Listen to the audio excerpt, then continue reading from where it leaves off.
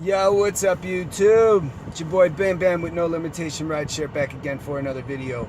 And sorry for the lighting in here. It's more important that you guys hear what I have to say than see what I have to say. Um, we're at a range from probably 30 to 40 degrees up here. And we've got some snow coming early Friday morning. It's going to start. It's as of right now, the forecast is saying it's going to start, Thursday night. And I just wanted to talk about some other ways, some things as a driver that, having definitely the more you know, the more money you're going to make. And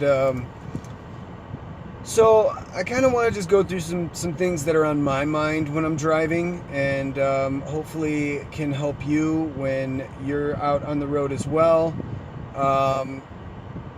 And just kind of give people a sense of confidence when you're out there to make money driving for rideshare. Because even on Facebook today, I shared the video of my 2K, and I was like, look, I did it again, second time. I did it. I made 2K. I broke 2K.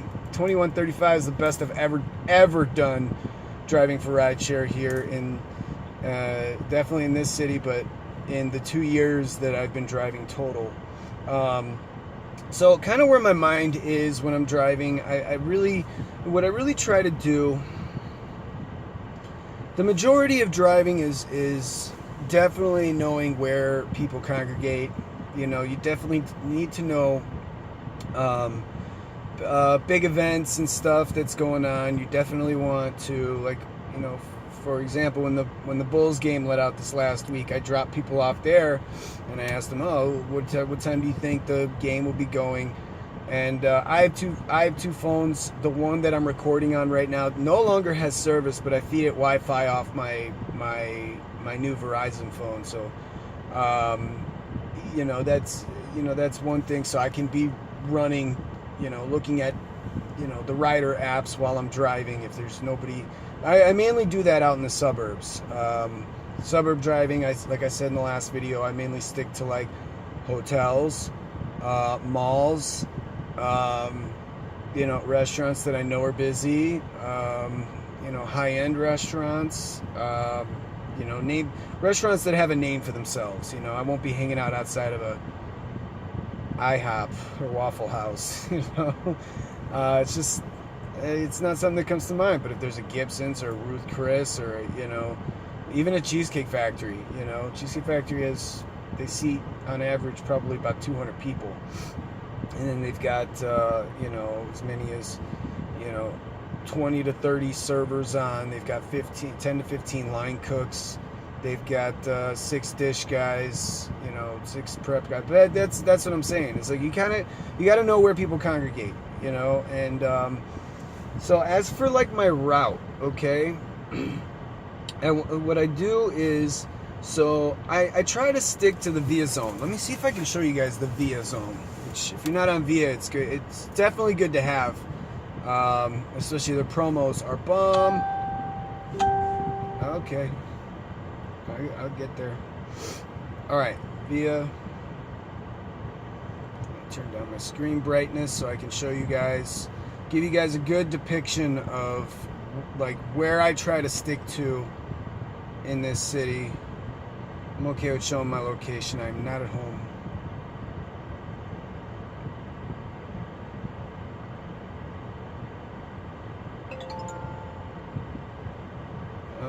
Okay.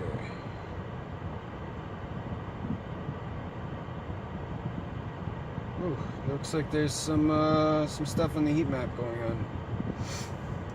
But that's the zone I really try to stick to. I really do. The airports, both O'Hare and Midway, and then you've got this zone. That Via Zone right there. That's probably the zone that I try to stick to the most. In the city, okay, so Chicagoland it's either 11 or 12 million people, and then in the city alone, if you're in the city of Chicago alone, residential, not including the tourism or people here on business, not including them, it alone, it's 2.7 million. So you've got a huge congregation of people in that area. I would maybe extend that zone a little more north, to like Northwestern. You know, you've got downtown Evanston there, and that's usually where I go if I pass the 10-hour limit, which, by the way, you don't want to run out all your hours. Leave a minute or two, because then you can get out of the city. You can go to Northwestern. You can drive out there too, you know, and get a good, you know, 12 hours. I think it doesn't kick you offline. Only in the city it kicks you offline. So you definitely have to be mindful of your driving time. Let's see what else. But yeah, just that. Just knowing. Okay, so down Clark, you've got, you know, you've got not only businesses but residential. Down Elston, down Milwaukee. I like those diagonal streets because, excuse me, at the intersections, you know, it's like a star. Okay, so if the street's going on a diagonal, you've got an intersection this way and you've got an intersection this way. So you've got different points that you can possibly be pinged. There's more options for a turn radius. So I really like the diagonal streets, the ones that run, I guess on a map it would be northwest to southeast. I like those streets a lot. Always heading back towards the city. Always in the direction. If I'm on the north side, I'm heading southeast on those diagonal streets back towards the city. You know, the city is clearly the biggest hotspot.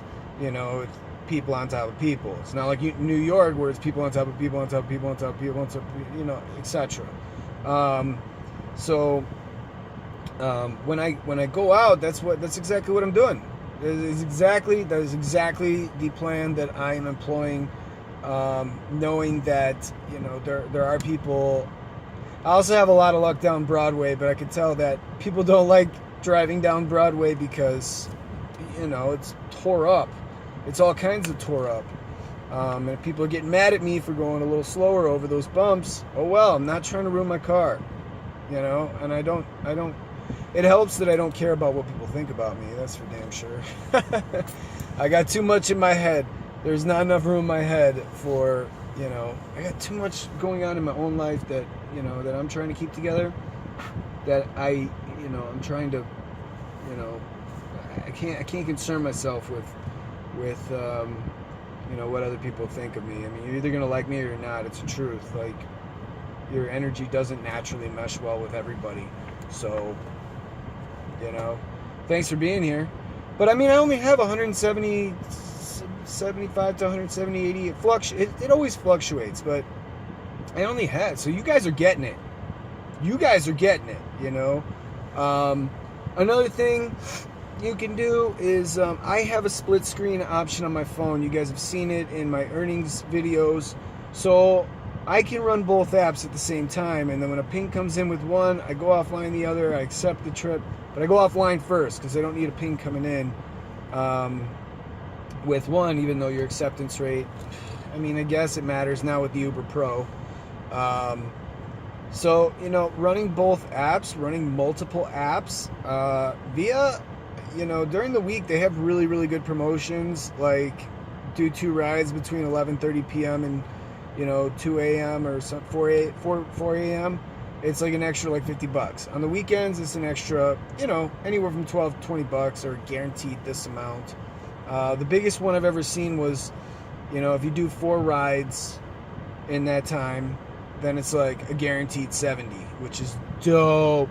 So the VIA promotions are really, really good. That's just like, promotions are free money. Let's look. Let me calculate this real quick because I don't feel like doing math. Not on this one.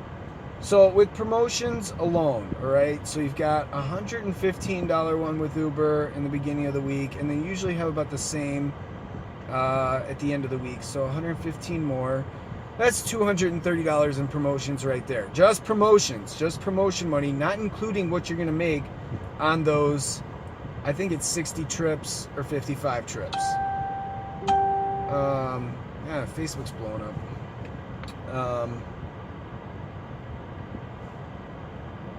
Okay. Now, plus, last week, Lyft was at a $90 weekly ride guarantee. The week before, it was $107 guarantee. We're going to say it's 90, right? And then, throughout the week, we'll just use, for example, the $12 one I got last week, all right? That is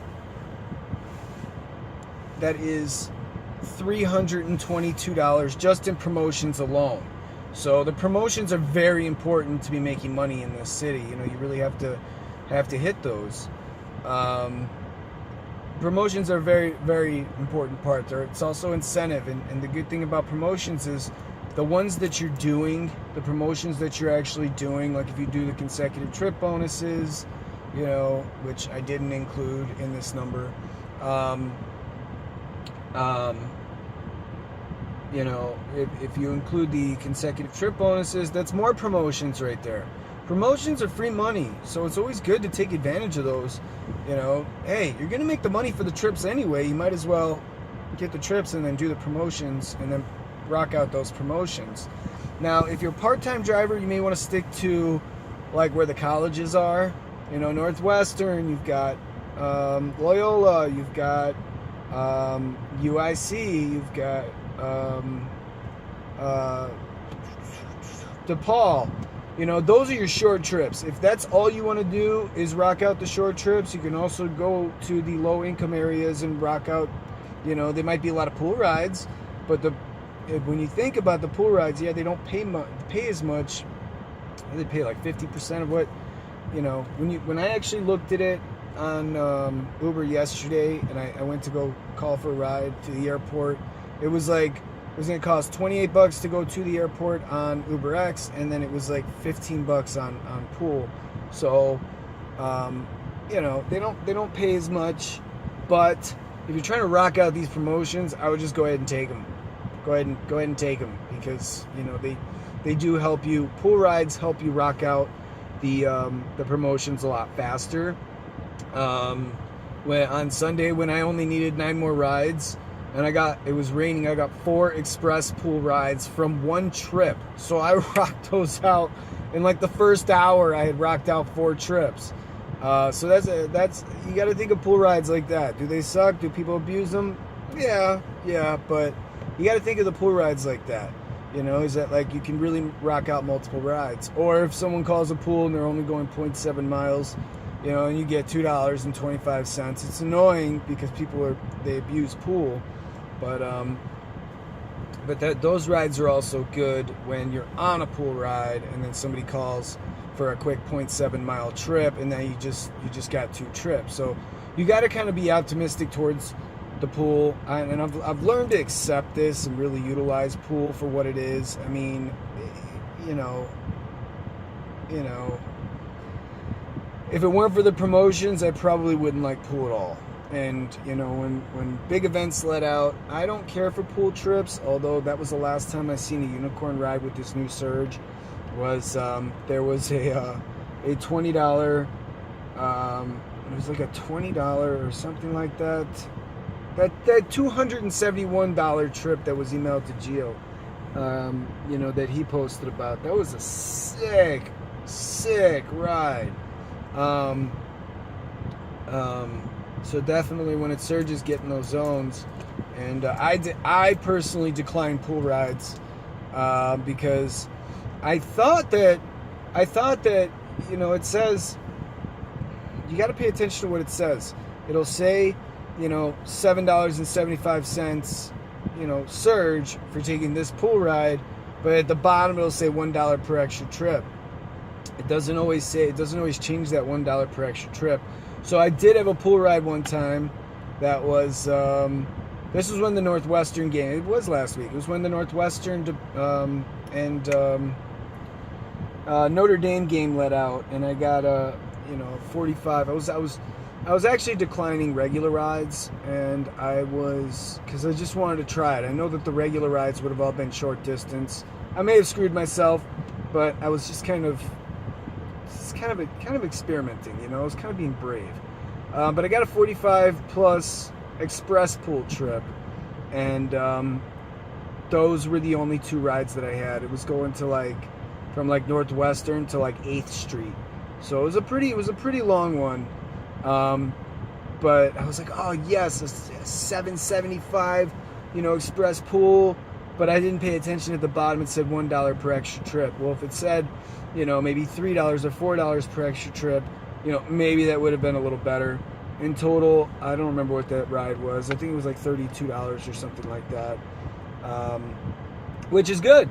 That's good for an hour, right? $32 for an hour. I mean, that's those are the numbers we're looking at. And I didn't get dragged out to Hampshire, Illinois, like that one time. Shit. Or Aurora, Aurora I seem to be getting dragged out to a lot, I shouldn't say dragged out there, but, because they're good rides. If I get a ride to Aurora, it sometimes pays around $40. So, I mean, it's not that bad when you think of it that way. But then you may have to, and another thing, set your destination to get back to where you want to go. Another little thing, a little trick that you could possibly use is when the surge zone, when the heat map is big enough, you can use your set destination. If you're closest to one side of it, set your destination filter to the other side of it. And if you get a ride going that way, you might get other rides. I don't know, maybe you want a pool ride for that one, and you want these consecutive trips. Maybe you don't want a pool ride, but you risk, going to the other side of the surge zone and, not being there when you're back. I mean, okay, so what else? Maestro is an app that manages both apps for you. I don't have it because I have the split screen option on my phone. But it's an app that manages when you get a ping in one or both, you pick which one you want, and Maestro automatically goes into the other app and takes you offline. So that's it. That's good. It also has other features, like if you prefer Uber, well, it'll have a 10-second delay when you end the trip. You could put a 10-second or a 2-minute delay on going back online in Lyft. So, and it does have some cool features.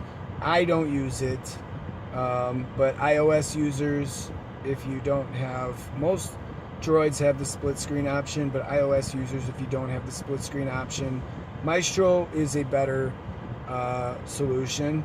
Maestro also incorporated Postmates on there too, which now has a cash out option, which is dope because of course we love that.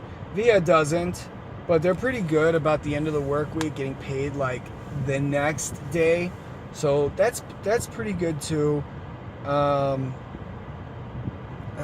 trying to think of what else, but yeah, I'm always trying to get back to the Via Zone, no matter what app I'm on. Always trying to stay in the Via Zone, and I'm definitely, when I'm in the Via Zone, it's like I'm still strategically thinking, where are people congregating, where are people going, like, is it bar rush, right? And somebody asked me earlier, what times do I drive? And it's easier to answer what times I don't drive. I don't like Monday through Wednesday, 10 p.m. till 3 in the morning. I don't care for those times. There's not a lot going on.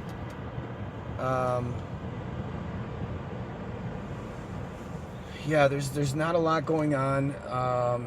But other than that, it's nice because it's a 24-hour day gig. When you want money, you go out and get it, right? Like you've got, starting from midnight. Well, midnight, you've got, people going to and from bars. You've got people coming home from dinners. You've got, you've got some events that let out that late. It's just, like concerts, for example, can be let out pretty late. And then after around 2 o'clock, 1:30 to maybe 3 is the bar rush. And in the bar rush, you want to be, River North, Logan Square. Well, Logan Square can go till 4 some places. So, That's also good to know. But Boys Town, Wrigley, downtown Evanston has a few places that are 2 a.m. bars, but I wouldn't send a fleet there. I wouldn't say like, I mean, if you're there, then yeah, stay in that area. But I wouldn't send a whole fleet there. Yeah, Bucktown. I'm trying to think of anything else. Yeah, but in the bar rush. Okay, so that's like bar rush. Around 3:00, people are starting their airport, the airport fairs. You can use your destinations to get airport runs around then. I don't recommend it because your best chance to get a rematch is after 8:00. But hey, maybe you can get out at 3:00 and start get lucky on a couple of airport runs. I mean, it's definitely good to get those bigger trips. But then, in traffic now, if you're gonna do airport runs between like 7 and 9 in the morning, with the new pay rate, it's not so bad because now we're paid to sit in traffic. But yeah, so like 3, 4, maybe 5 o'clock, you're starting to get, and maybe 4, you might get people who are still drunk. 4 to 5, you might get people who are still drunk from the night before. So you get, so yeah. So then, from maybe 5 to 9 in the morning, you've got what I call the 9 to 5ers. The people that have like day jobs, or people going out for breakfast, or you've got or even airports. That's like the morning rush. There's definitely more demand between 7 and 9 in the morning, and 4 to 6 p.m. Anytime after like 9, you're starting to move into like kind of your lunch hours. I've always found personally it's best to take my break around then. Get out of the car, stretch, get coffee, use the restroom if I have to. And then if around lunchtime it's a lot slower, from like 11 to 1, turn on Uber Eats. It sucks doing it. There's not always parking and stuff. You can always cancel orders, and not pick them up. If you can't find a place to park, don't waste time. Don't risk getting your car towed. Don't risk getting a ticket for a $5 to $10 order, a $3 to $10 order, as much as $15 if they tip, or something in that range. It's not worth getting a ticket. So, you've got your lunch rush. 2 to 3 is another kind of like, I would say it's a slower hour, but not like the hour of like 10 o'clock, which 10 o'clock isn't bad. It's just people that party the night before will sleep in, and then by 2 o'clock they're usually up and moving. You sleep into like noon or something, and then you get ready for your day. You got to go places. Excuse me. My God, is this really 23 minutes? 24 minutes? Shit. Well, you're getting it. And, a lot of this stuff is stuff that you might already know, but it's good to have a refresher here and there.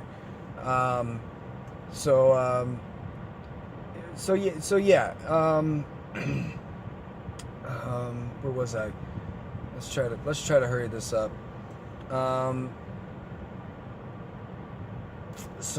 right. So then you start moving from 4 to 6 into dinner. All right. So the hour of 2. It's definitely better than the hour of 10 a.m. It might be steady, or like just consistent enough. But then you're gonna start moving into your evening rush. You've got from 4 to 6. On Fridays, you've got half-day Fridays with a lot of these 9 to 5ers. So on Fridays, it's going to start picking up after noon, 1 o'clock. As far as the evening rush goes, it'll go till about 6. Right around 7, it'll start from 6 till like 8. You're getting people that are going out. You get going out to eat. You got the dinner rush, and all throughout the day. I'm not talking about colleges, okay? Because colleges, they'll take short trips, you know, especially when it's cold or when it's raining, you know, they'll take the short trips, you know, any time of day if they're too lazy to walk. But then if it's, you know, and then at night you got a lot of the women that take night classes, they don't want to walk at night. So, I mean, there's nothing against them. That's just kind of the way it is. They don't want to walk at night, and that's perfectly fine. That's what we're here for, right? Press a couple buttons on your phone and we're going to show up. So yeah, you got the dinner rush, and then after dinner rush, people, you know, especially like downtown, people are going back to the hotels, they're getting ready for the night, you know, and then, you know, they may go out it, and we're talking later towards the week at this point, but so you know, you got people going out to bars, and then, you know, all throughout the night, throughout the rest of that, I would say from like 10 till, you know, 2, people are moving. That's for sure. But it really is, like, when you think of it like this, it's like it's a 24-hour a day gig. Personally, I don't like Monday nights. You know, Mondays from, like I said the times earlier, 11 a.m. to 3, Monday, Tuesday, Wednesday. I don't necessarily care for it. Not impossible to make money, but yeah, I think I just overwhelmed you with a lot of information. This is back to like Uber 101. But you know, it does show that I do know what I'm talking about. If you know, I made $21.35 last week. Those are some dope numbers, you know. So when I'm out here, you know, I'm out here. I do this, you know. So it's that part of it is no different from New Orleans. The biggest difference between New Orleans is there is no bar rush. The bars and liquor stores have a 24-hour liquor license, and I just booked my flight to go back and get my stuff. On November 27th, I found a pretty dope spot in the city. It's not bad. It's $800 a month, and it's big enough for my pool table, which is a huge plus. God, I miss playing pool so much. And you know, I guess because I made so much money last week, I'm able to take 3 days off today, or this week. So I'll get back out there tomorrow, work Thursday, Friday, Saturday, and then I'll completely recharge on Sunday, so that next week I can have a bomb-ass week again. I want to have a good week again next week, you know. A minimum 1,500. Minimum. But then I don't want to work Sundays anymore, so you guys can have that too. But yeah, I think that's just about all I got. I don't want to keep this video too long. I didn't realize it was going to take freaking 28 minutes so far. But take that with you guys. Number one, most important thing I tell you guys all the time, stay safe out here. Please. Don't be overly aggressive trying to get to people for the sake of money. Money is not worth your life. No, it will never be worth your life. But definitely, I will see you guys.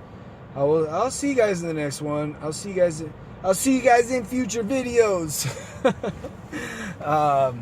Definitely, No Limitation Rideshare. Signing out.